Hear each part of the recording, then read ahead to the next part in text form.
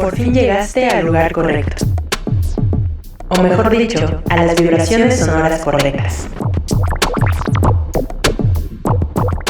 Has llegado a descargacultura.unam.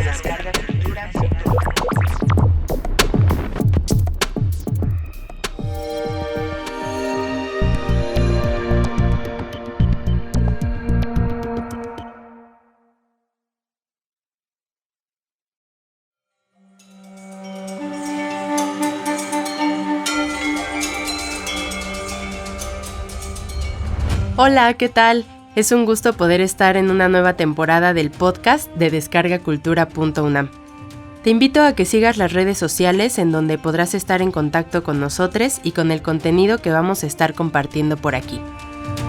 Yo soy Paola Famitzai y en este episodio hablaremos sobre la libertad. ¿Qué es para ti ser libre? Este concepto es uno de los que más usamos como individuos y comunidad. Nos gusta saber que somos libres para pensar, decidir quién y cómo queremos ser.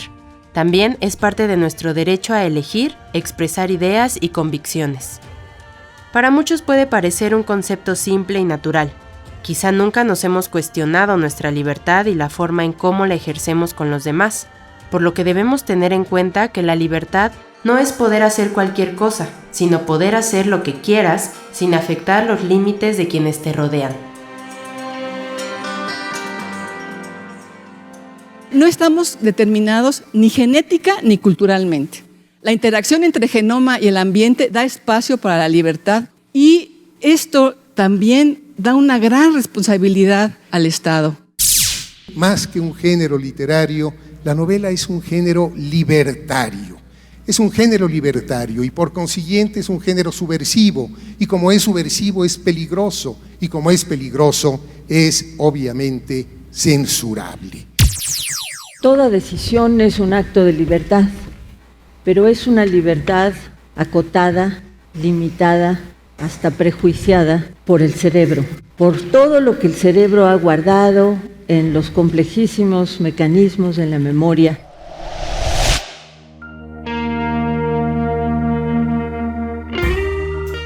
Acabamos de escuchar las voces de Rosaura Ruiz, Gonzalo Celorio y Herminia Pasantes, expertos académicos que participaron en el encuentro Conecta Campus del Pensamiento, donde el tema central precisamente fue la libertad. Te invito a disfrutar de la serie completa en descargacultura.unam, donde también encontrarás las voces de Vicente Quirarte, Álvaro Matute, Julieta Fierro, entre otros expertos que comparten desde diferentes perspectivas su visión sobre este valor universal. Juliana González, profesora emérita de la UNAM, es experta en estudios sobre la ética y la libertad, el genoma y la dignidad humana. Dentro de este acervo encuentra su conferencia De la materia a la vida y de la vida a la libertad. Por otro lado, en la serie de cápsulas Vida y obra de, encontramos a personajes como Mahatma Gandhi, símbolo de la lucha pacífica por la libertad nacional, Sor Juana Inés de la Cruz, luchadora por la libertad intelectual de las mujeres, Emiliano Zapata, revolucionario que defendió a los campesinos, la tierra y su libertad, entre algunos otros. También puedes escuchar sobre filosofía en las cárceles, cápsula en la que Ángel Alonso Salas habla sobre 3 proyectos que trabajan con grupos vulnerables a quienes se les proporcionan herramientas para afrontar dificultades y acceder a una cultura de paz, así como resignificar su existencia aún en el encierro. Estos son solo algunos de los audios que puedes encontrar en descargacultura.unam.mx. Te invito a echarte un clavado por el acervo, donde además de este tema, encontrarás otros que seguramente serán de tu interés. A continuación, te comparto el audio Dar un paseo, en el que su autor William Hazlitt, reconocido por sus ensayos humanísticos y su agudeza como crítico literario, habla sobre el derecho a caminar en solitario, disfrutar la oportunidad de reflexionar y decidir ser uno mismo sin importar el paisaje por el que estés rodeado. Si aún no lo haces, ve por tus audífonos y disfruta de la voz de Juan Stack, quien da lectura a este texto.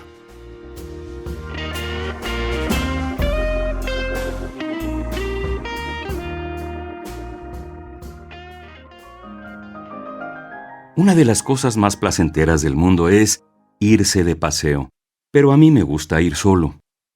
Sé disfrutar de la compañía en una habitación, pero al aire libre me basta la naturaleza. Nunca estoy menos solo que cuando estoy a solas. Al estudiar los campos, la naturaleza era su libro. No le veo la gracia a caminar y charlar al mismo tiempo. Cuando estoy en el campo, deseo vegetar como el campo.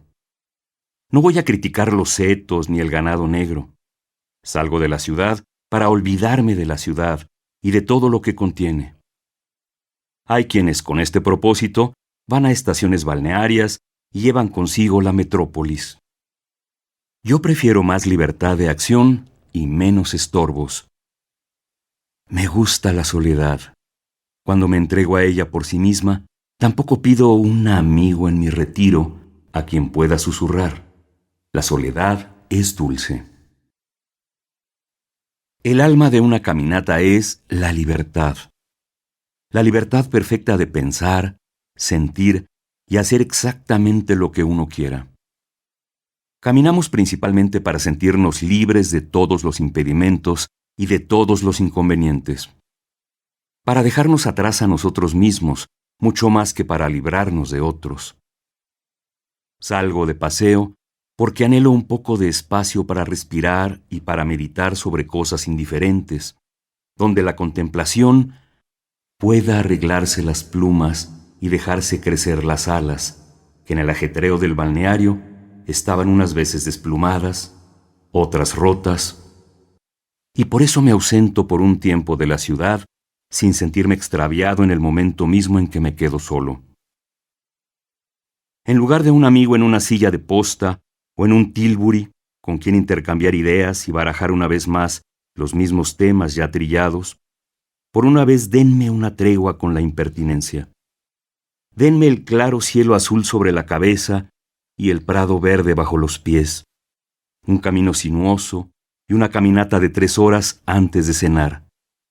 Y luego a pensar. Raro será que no pueda yo comenzar algún juego en estos brezales solitarios.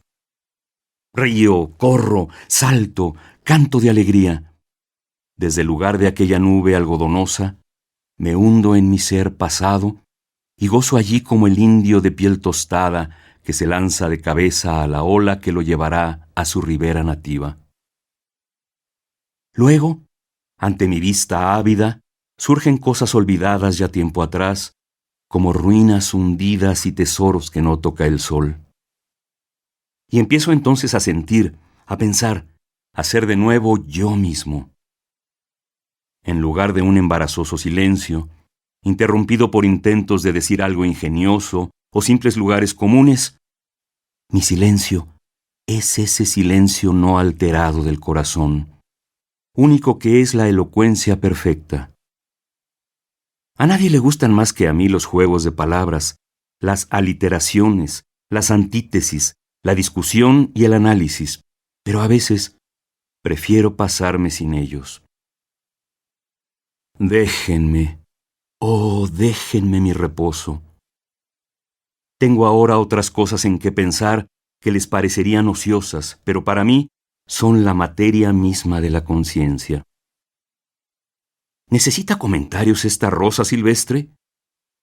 ¿No salta a mi corazón esta margarita bajo su capa de esmeralda? Empero, si yo fuese a explicarles la circunstancia que la ha hecho tan cara para mí, los haría sonreír. ¿No es mejor que me lo guarde para mí y que me sirva para meditar desde aquí hasta aquel punto escarpado y desde allí hasta el horizonte remoto? Mala compañía sería yo en todo el camino. Por tanto, prefiero estar solo. He oído decir que también ustedes prefieren, cuando les entra el humor, caminar o montar a caballo ustedes solos y dar vuelo a sus ensueños.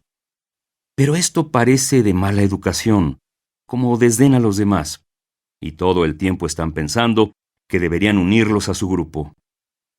Más vale dejar atrás esa camaradería a medias, digo yo. Me gusta estar o enteramente solo o enteramente a disposición de otros. Hablar o guardar silencio. Caminar o sentarme inmóvil. Mostrarme sociable o solitario.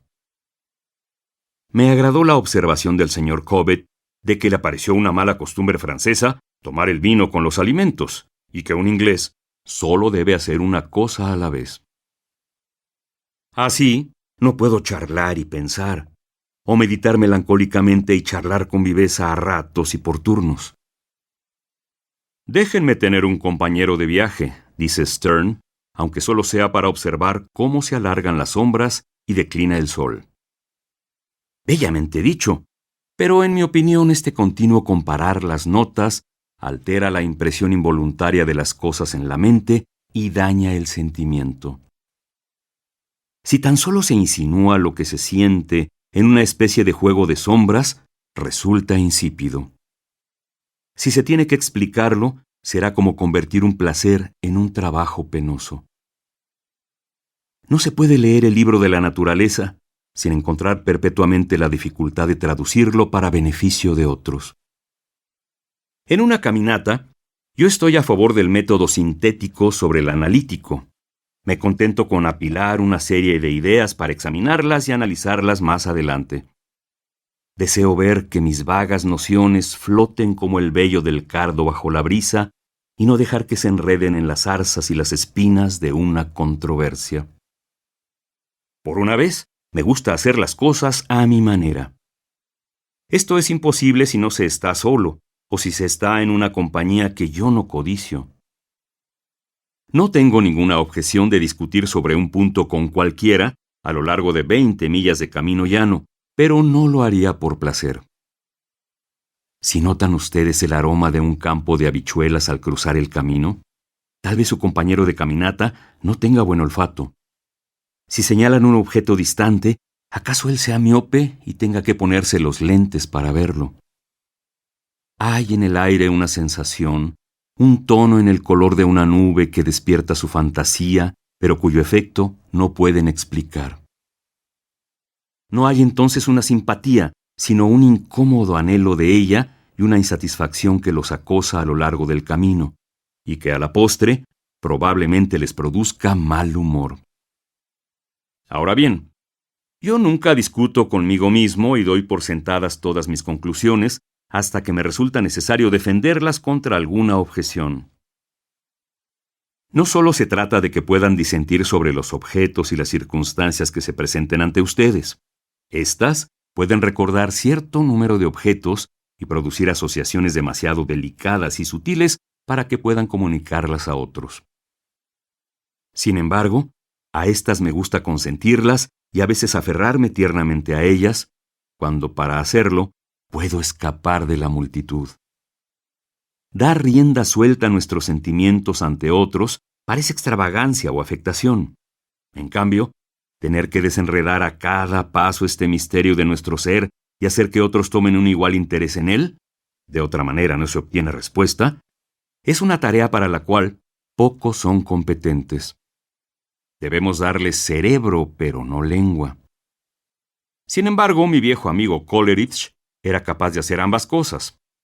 Podía dar las explicaciones más deliciosas sobre montes y valles en un día de verano y convertir un paisaje en un poema didáctico o en una oda pindárica. Hablaba muy por encima del canto.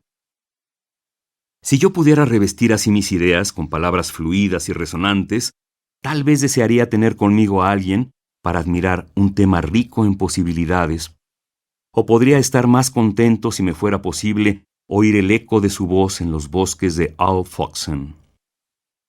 Tendrían en ellas esa hermosa locura que tuvieron nuestros primeros poetas, y si pudiesen ser captadas por algún raro instrumento, habrían susurrado acordes como los siguientes. Hay aquí bosques verdes cual ninguno, y la brisa es asimismo tan dulce y fresca como cuando el suave céfiro mece la flota frente a la curva corriente, con tantas flores como de la juvenil primavera para elegir entre ellas. He aquí todos los deleites, frescos arroyos y pozos, emparrados, bosquecillos, cueva y valles. Escoge lo que gustes mientras me siento a cantar, o recojo juncos y hago muchos anillos para tus largos dedos, o te narro cuentos de amor, de cómo la pálida Diana cazando en una arboleda vio al pastor Endimión, de cuyos ojos tomó el fuego eterno que es inmortal. De cómo lo elevó suavemente en un sueño, coronadas sus sienes de amapola, a la cumbre escarpada del antiguo Latmos, donde ella baja cada noche, dorando la montaña con la luz de su hermano, para besarlo con toda dulzura. Si dispusiese yo de palabras e imágenes como estas, intentaría despertar las ideas que yacen dormidas en riscos dorados bajo las nubes del atardecer. Pero a la vista de la naturaleza, mi fantasía, tan pobre, decae, y sus hojas se cierran como las flores a la puesta del sol. No puedo hacer nada en el lugar mismo. Necesito tiempo para la reflexión. En general, una cosa buena estropea las perspectivas al aire libre. Se le debe reservar para la charla de sobremesa. Por esta razón, creo yo que Lamb es la peor compañía del mundo a la intemperie, porque es la mejor compañía en interiores. Reconozco que hay un tema sobre el que es agradable charlar durante una excursión a pie, y es lo que querremos cenar cuando por la noche lleguemos a nuestra posada. El aire libre mejora este tipo de conversación o de amistoso altercado, aguzando el apetito. Cada milla del camino sazona más el sabor de las viandas que esperamos encontrar al término. Es hermoso entrar en alguna vieja ciudad con murallas y torres al aproximarse la noche, o llegar a alguna aldea perdida con las luces señalando el camino entre la negrura circundante. Luego, después de preguntar qué es lo mejor que el lugar nos ofrece, reposar en nuestra posada. Estos momentos memorables en la historia de nuestras vidas son demasiado inapreciables, demasiado llenos de sólida e intensa felicidad para desperdiciarlos gota a gota en una imperfecta simpatía. Yo prefiero conservarlos para mí mismo y apurarlos hasta la última gota. Después se podrá hablar o escribir de ellos. Qué delicada especulación es, después de tomar tazas enteras de té, las copas que alegran pero que no embriagan, dejar que sus efluvios asciendan al cerebro y sentarse a considerar lo que nos aguarda en la cena. Huevos y una lonja de jamón, un conejo con cebolla o una excelente chuleta de venado. En una situación semejante, Sancho optó por estas que llaman ollas podridas, y su elección, aunque forzosa, no debe desdeñarse. Luego, en los intervalos de escenario imaginado y contemplación al estilo de Tristram Shandy, ver los preparativos y el ajetreo de la cocina, preparándose para el caballero que está en la sala. Procul, oh procules te profani. Estas horas están consagradas al silencio y a la meditación, para ser atesoradas en la memoria y para alimentar después la fuente de pensamientos sonrientes. Yo no los dilapidaría en charla ociosa, o si debo romper la integridad de la fantasía, prefiero que sea con un desconocido que con un amigo. Un desconocido toma del tiempo y del lugar su matiz y su carácter. Es como parte de los muebles y del vestuario de una posada. Si es cuáquero, o si viene del West Riding de Yorkshire, tanto mejor. Ni siquiera intento simpatizar con él y él no hace cumplidos. Cuánto me encanta ver los campamentos de los gitanos y suspirar por esa clase de vida. Si expreso a algún otro este sentimiento, él podrá condicionarlo y estropear mi placer con alguna objeción. Con mi compañero de caminata no asocio sino objetos presentes y hechos de paso. En su ignorancia de mí y de mis asuntos, yo en cierto modo me olvido de mí mismo.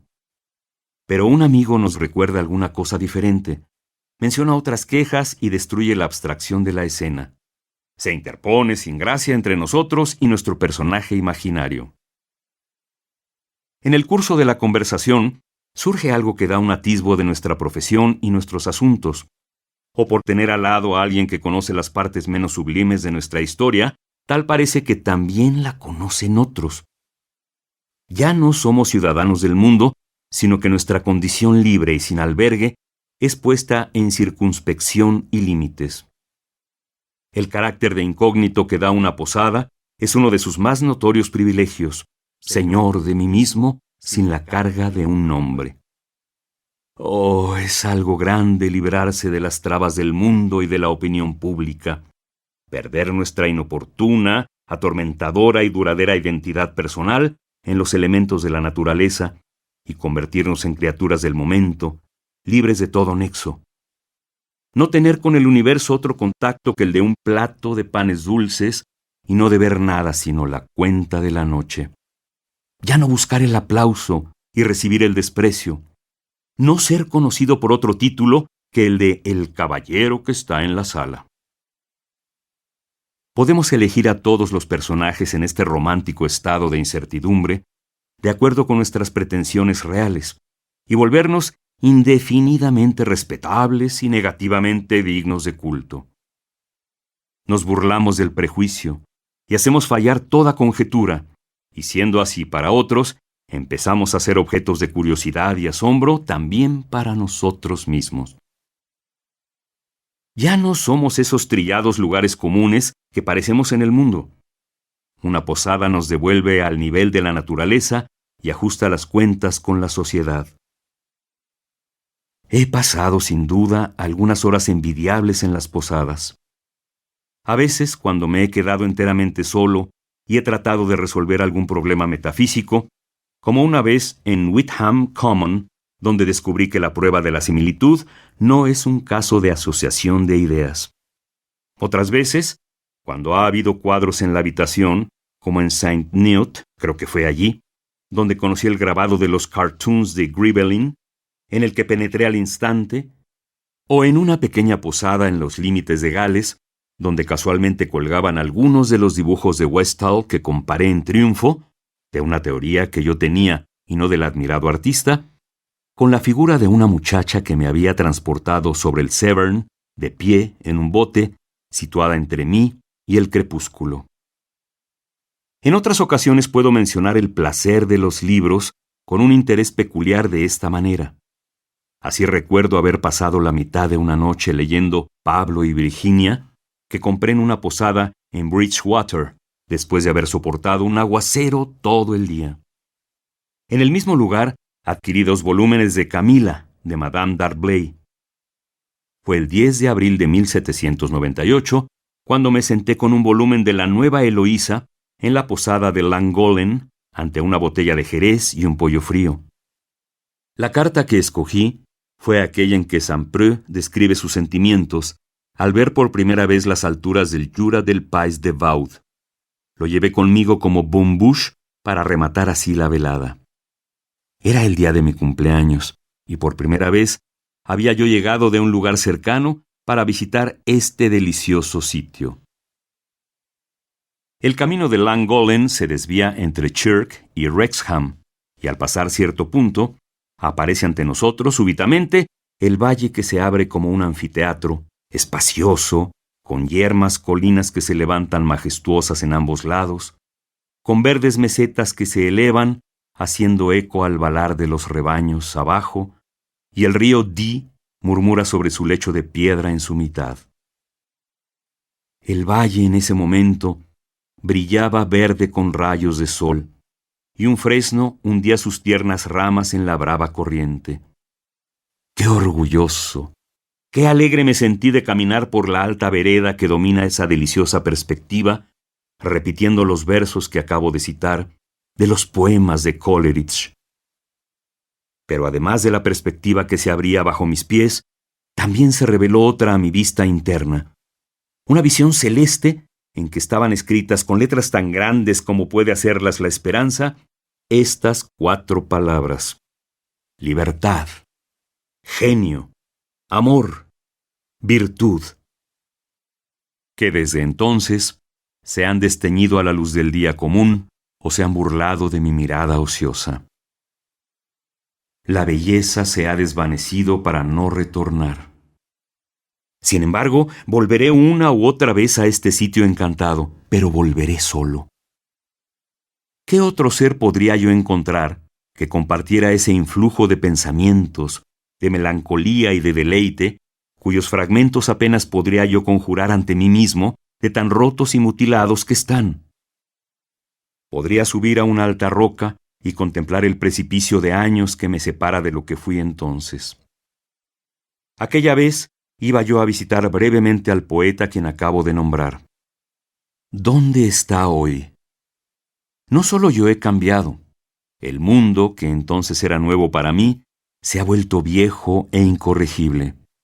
Sin embargo, volveré a ti en el pensamiento, oh Silvano Dí, lleno de alegría, de juventud y contento, como entonces eras, y tú serás por siempre para mí el río del paraíso, donde beberé abundantemente el agua de la vida. Casi no hay nada que muestre más que las excursiones a pie, la miopía o los caprichos de la imaginación. Al cambiar de lugar, modificamos nuestras ideas, no, más aún, nuestras opiniones y sentimientos. Mediante un esfuerzo en realidad, podemos transportarnos a escenarios antiguos y largamente olvidados, y entonces el cuadro de la mente vuelve a revivir. Pero olvidamos aquellos que acabamos de dejar. Diríase que solo podemos pensar en un lugar a la vez. El lienzo de la fantasía solo tiene ciertas dimensiones, y si en él pintamos un conjunto de objetos, inmediatamente se borran otros. No podemos ensanchar nuestras concepciones, solo cambiar nuestro punto de vista. El paisaje desnuda su corazón al ojo fascinado, llenándonos por completo, y parece que no pudiésemos formar otra imagen de hermosura o de grandeza.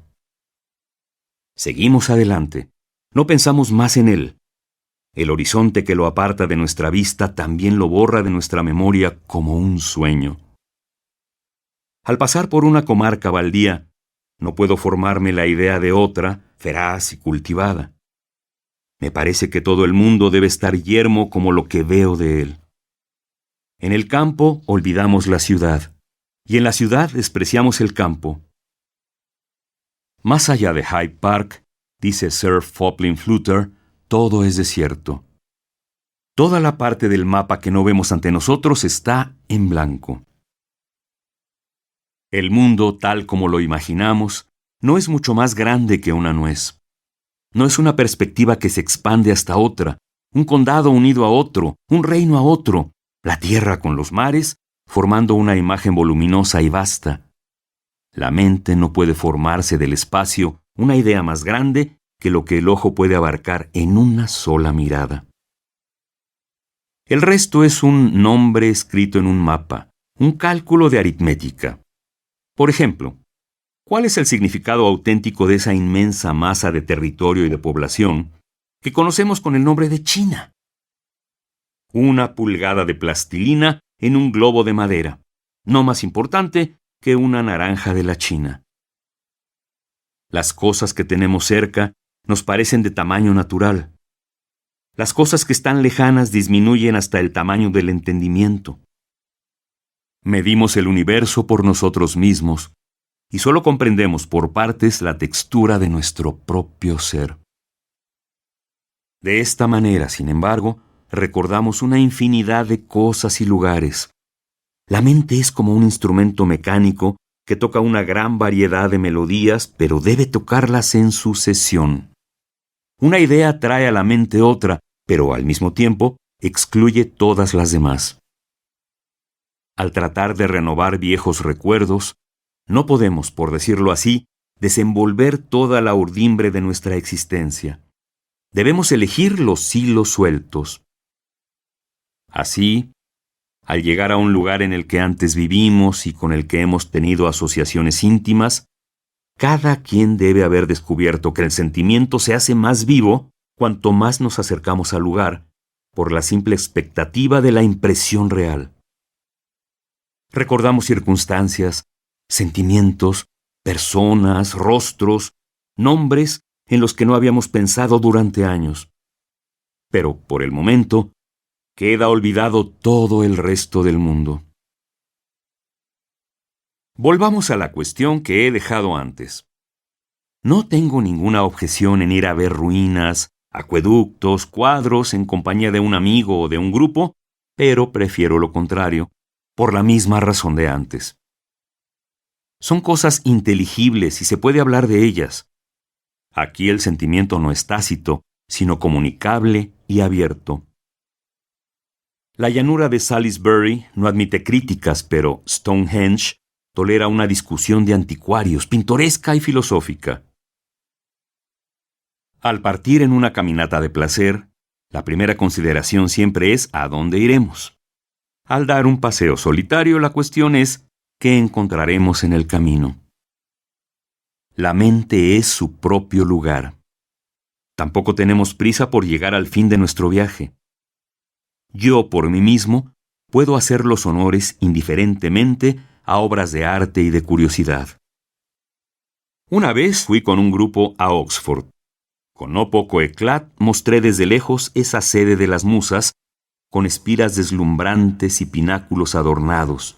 Pude disertar sobre la atmósfera culta que brota de los cuadrángulos abiertos de hiedra y las paredes pétreas de salones y aulas. Estuve a mis anchas en la Bodleian, y en Blenheim superé fácilmente al cicerone con peluca empolvada que nos atendía y que en vano señalaba con su varita bellezas comunes en cuadros inigualables. Como otra excepción al razonamiento anterior, no me sentiría confiado aventurándome sin un amigo en un viaje por un país extranjero. Me gustaría, a intervalos, oír el sonido de mi propio idioma. En la mente de un inglés existe una antipatía involuntaria hacia los modales y las nociones extranjeros que requieren la ayuda de una simpatía social para salir adelante. Al aumentar la distancia del hogar, este alivio, que al principio fue un lujo, se convierte en una pasión y en un apetito. Una persona casi se sentiría sofocada si se encontrara en los desiertos de Arabia sin amigos ni compatriotas. Hay que reconocer que a la vista de Atenas o de Roma hay algo que exige ser expresado en el habla, y yo confieso que las pirámides son demasiado portentosas para una sola contemplación. En tales situaciones, tan opuestas a todas nuestras ideas ordinarias, parecemos una especie en sí misma, un miembro arrancado de la sociedad, a menos que podamos encontrar instantánea camaradería y apoyo. Sin embargo, no sentí esto muy apremiante en una ocasión, cuando por primera vez puse pie en las sonrientes costas de Francia. Calais estaba lleno de novedad y deleite. El murmullo confuso y ajetreado del lugar fue como aceite y vino vertidos en mis oídos, y el himno cantado por los marineros en lo más alto de un velero viejo y extravagante, surto en el puerto al ponerse el sol, envió un saludo ajeno a mi alma. Aspiré el aire de la humanidad en general. Avancé sobre las colinas cubiertas de hiedra y las alegres regiones de Francia, erguido y satisfecho, pues la imagen del hombre no había sido aplastada y encadenada a los pies de tronos arbitrarios. No me hizo falta un lenguaje, pues estaba abierto ante mí el de todas las grandes escuelas de pintura. El todo se desvanece como una sombra. Imágenes, héroes, gloria, libertad, todo huyó. Nada queda sino los Borbones y el pueblo de Francia. Hay indudablemente una sensación al viajar por lugares desconocidos que no se obtiene en ninguna otra parte, pero es más grata de momento que duradera. Es demasiado remota para que nuestras asociaciones habituales se vuelvan un tema común de discurso o de referencia, y como un sueño y otro estado de existencia, no embona en nuestro diario modo de vida. Es una alucinación, animada pero momentánea. Exige un esfuerzo para intercambiar nuestra identidad ideal por la real. Para sentir que el pulso de nuestros viejos arrebatos revive agudamente, debemos saltarnos todas nuestras momentáneas comodidades y conexiones. No se puede domesticar nuestro carácter romántico e itinerante. El Dr. Johnson observó lo poco que los viajes por el extranjero enriquecían la conversación de quienes habían estado en otros lugares. De hecho, el tiempo que hemos pasado allí es delicioso y a la vez, en cierto sentido, instructivo, pero parece apartado de nuestra existencia sustancial y auténtica y nunca se une bien a ella. No somos la misma persona, sino otra, acaso más envidiable, todo el tiempo que estamos fuera de nuestro país. Estamos perdidos para nosotros, así como para nuestros amigos. Por ello, el poeta, un tanto misteriosamente, canta: «De mi patria y de mí mismo me voy». Los que desean olvidar ideas penosas hacen bien en ausentarse durante un tiempo de los nexos y los objetos que los recuerdan. Pero solo podemos decir que realizamos nuestro destino en el lugar que nos vio nacer. Por ello, me gustaría mucho pasar el resto de mi vida viajando por el extranjero, si en algún otro lugar pudiese pedir prestada otra vida, para pasarla después en casa.